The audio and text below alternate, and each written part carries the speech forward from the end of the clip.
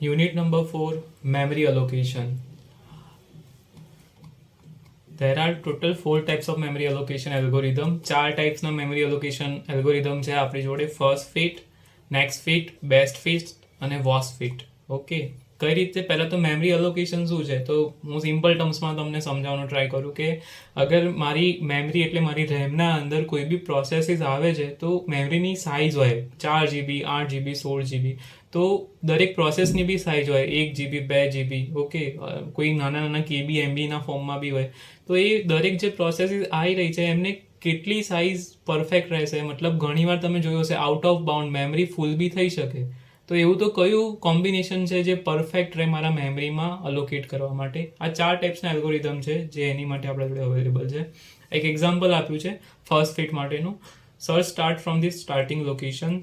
Okay, processes આપી છે આપણને કે 212 કે, 417 કે, 112 કે અને 426 કે. આ કે એટલે આમની આ જે સાઇઝ છે એના ફોર્મના અંદર આ બધી પ્રોસેસીસ આપી છે. અને આ જે નંબર ઓફ બ્લોક્સ છે એ આપણે ક્રિએટ કરેલા છે. યુ કેન ચૂઝ, અગર એક્ઝામ્પલ તમને કોઈ ક્વેશ્ચનમાં પૂછ્યું નથી તો તમે તમારી રીતે આ બ્લોક્સ ક્રિએટ કરી શકો છો. Okay, that's not the query for all the time. એક 100 કેનો બ્લોક છે આપણી જોડે, 500 કેનો, 200 કેનો, 300 કેનો, 600 કેનો. ફર્સ્ટ ફિટ શું કહે છે? ફર્સ્ટ ફિટ એવું કહે છે કે આ જે પ્રોસેસીસ આવી 212, 417, તો આ બધી પ્રોસેસીસને આપણે આપણા આ બોક્સમાં મૂકતા જઈશું, પણ જ્યાં બી એની સાઇઝ સેટ થતી હશે. જેમ કે 212ની પ્રોસેસ આવી એ 100માં સેટ નહીં થાય, પણ એ 500 વાળા બ્લોકમાં થઈ જશે. એના પછી છે 417, તો 417 વાળી જે પ્રોસેસ આવી એ ક્યાં સેટ થશે? અહીંયા જે આપણે 212ની સ્પેસ યુઝ કરી લીધી તો અહીંયા તો 288ની સ્પેસ જ વધી છે ને મારે જગ્યા જોઈએ છે 417 માટે, તો હું એ ચેક કરતો જઈશ. અહીંયા નહીં થાય, અહીંયા નહીં થાય, અહીંયા નહીં થાય, અહીંયા નહીં થાય, અહીંયા હા, અહીંયા પોસિબલ છે, તો એ આ બ્લોકમાં રિઝર્વ થઈ જશે અને જે વધેલી સ્પેસ હશે એ હું બાજુમાં ફરી લખી દઈશ. ઓકે, એ જ રીતે દરેક પ્રોસેસીસ આપણે અલાઇન એડ કરતા જઈશું. અહીંયા આપણે જોયું કે 3 પ્રોસેસીસ એડ થઈ, જ્યારે 426 વાળી પ્રોસેસ એડ કરવી છે તો ત્યારે આપણી જોડે એવો કોઈ ખાલી બ્લોક વધ્યો જ નથી કે આપણે જ્યાં આ 426 કે વાળી પ્રોસેસ એડ કરી શકીએ. પ્લીઝ તમે અહીંયા ધ્યાન આપો કે આ જે બ્લોક છે ને એ આપણે ક્યારેય મર્જ નહીં કરીએ. આ 200 કે ને 300 કે બંનેને મર્જ કરીને આ 426ને હાફમાં ડિવાઈડ કરીને આપણે નહીં મૂકીએ. આખી પ્રોસેસ જ આપણે આ બ્લોકમાં મૂકવી પડશે. જ્યારે આ 500 કે વાળો જે બ્લોક હતો એ આખો ખાલી હતો, તો એ ખાલી બ્લોક હતો, એના લીધે મેં 212 કેની ત્યાં પ્રોસેસ મૂકી શક્યો અને જે ફરી અવેલેબલ સ્પેસ હતી એને હું ત્યાં અસાઇન કરી શક્યો. ઓકે, હોપ તમે સમજ્યા હશો. હવે આગળ જોઈએ. ફાસ્ટેસ્ટ એલ્ગોરિધમ છે ફર્સ્ટ ફિટ, એના પછી નેક્સ્ટ ફિટ.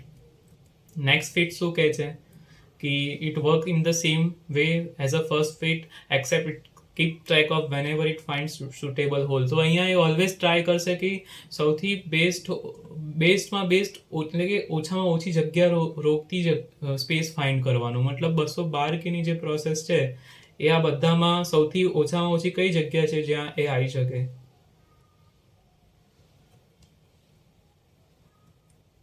ઓકે, 288 કે વધ્યા, અહીંયા 417 કે. યા કરેક્ટ. તો નેક્સ્ટ ફિટ કઈ રીતે વર્ક કરે છે કે ઓલવેઝ એ ટ્રાય કરશે કે પોતે જે બ્લોકમાં છે, ઓકે માની લો અહીંયા 212 કેની પ્રોસેસ હતી, અહીંયા અસાઇન થઈ ગઈ, એના પછી 417 કેની પ્રોસેસ છે, તો આ 417 કેની પ્રોસેસ અહીંયા નહીં આવે, અહીંયા જ આવશે. પછી 112 કેની પ્રોસેસ આવી તો આ નેક્સ્ટ ફિટ પર વર્ક કરે છે, તો 417 પછીની જે જગ્યા છે એમાં જ ચેક કરશે કે અહીંયા આવશે, હા તો અહીંયા આવી શકે એમ છે. ઓકે, તો એને અહીંયા 112ને અલોકેટ કર્યા. નાવ હવે કોણ વધ્યું? 426.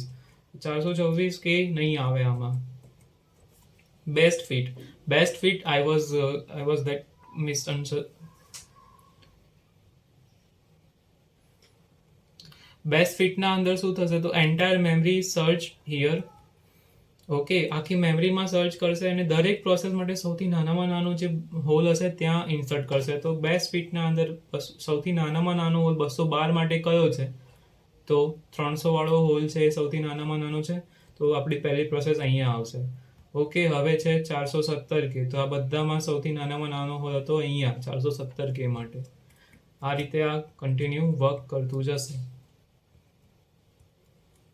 વર્સ્ટ ફિટના અંદર એ સૌથી નાનામાં નાની પ્રોસેસ માટે સૌથી મોટામાં મોટો હોલ ફાઇન્ડ કરશે. તો 212 માટે 600 કેમાં જતી રહેશે, પછી 417 માટે એક જ ઓપ્શન હતું અહીંયા, એના પછી 112 માટે ફરી સૌથી વધારેમાં વધારે સ્પેસ હતી એ બ્લોકમાં જતું રહ્યું. ઓકે, તો અહીંયા ફરી જે 426K વાળી પ્રોસેસ હતી એ નહીં આવે. જ્યારે આપણે આગળ એક્ઝામ્પલ જોયું બેસ્ટ ફિટનું, તો એના અંદર 4 પ્રોસેસ આવી ગઈ. Okay, so keep in mind અહીંયા સર્ચ ટાઈમ હાઈ હોય છે એટલે મેમરી પર લોડ વધારે પડે છે ટાઈમ કોમ્પ્લેક્સિટીના ટર્મ્સમાં. બટ આ જે 4 પ્રોસેસીસ હતી જે દરેક કેસમાં મેમરીમાં નથી આવી રહી, એ હવે અહીંયા કમ્પ્લીટલી કવર અપ થઈ રહી છે.